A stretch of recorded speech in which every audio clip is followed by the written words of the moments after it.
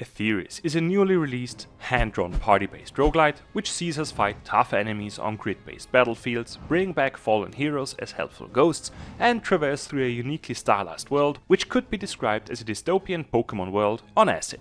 With a meaningful roguelite restart, an impactful leveling system, and brilliant music, I invite you to join me while we discover this new tactical RPG with all its strengths and weaknesses. Trapped in a small village, we gather 4 wizards, sentient creatures similar to lizards that were born while a modern art exhibit exploded.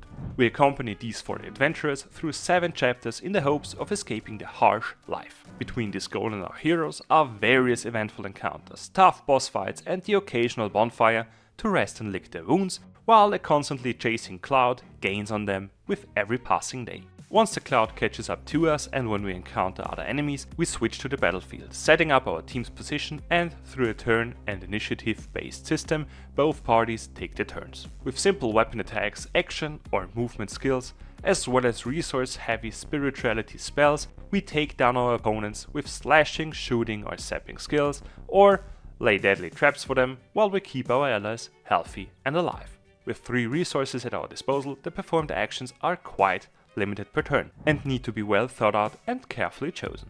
Every character can move a specific amount of steps to get into the right position for the upcoming action or to retreat after already finishing, so there is no order in which way a hero needs to act. Depending on the worn weapon, the basic attack and the action point cost can vary, while the gathered skills have cost variations of their own. More impactful actions further can require spirituality points, which, unlike the action and movement points, do not reset with every turn, but need to be replenished at a campfire. More on that later. The skills we can use during a fight can be unlocked throughout our travels and obtained by leveling up our characters.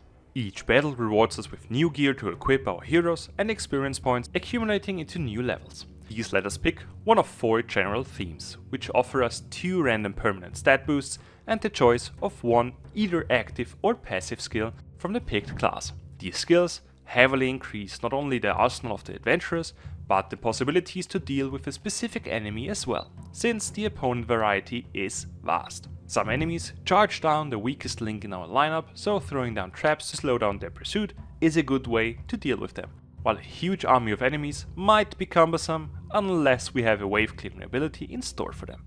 Apart from the abilities our adventurers gain during a run, we further gather new items like weapons and trinkets our heroes can equip. These not only impact the effectiveness of our basic attack, but our character stats as a whole. We are able to switch these items around without any limitations, which especially helps against known enemies. Facing a gigantic electric spider? No worries, bulk up magic defense beforehand and see that later slice only your clothes instead of your limbs.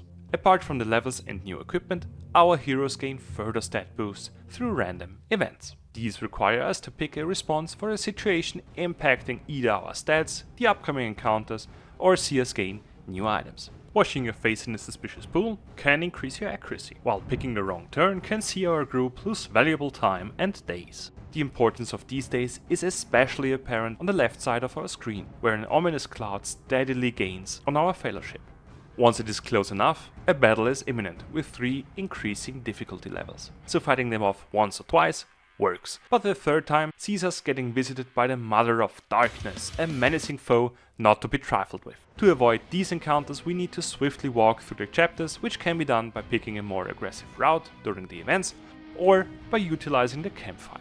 After every predetermined battle, our battled companions get to rest at a campfire, which leaves us 4 options to choose from. Replenish our health by resting, restock our spirituality points by praying, obtain experience points by training, or gain a few days lead on the shade by running like the wind.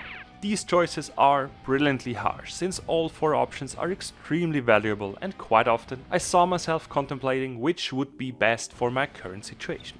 Once we hit a dead end, literally, in such an encounter, and our party transcends to the afterlife, the game's roguelite system comes into play. Every dead character becomes a spirit, which can accompany one other hero on their journey to increase their stats overall, limited choices during events, and in case of the hero's untimely death, sacrifice themselves to resurrect the fallen companion.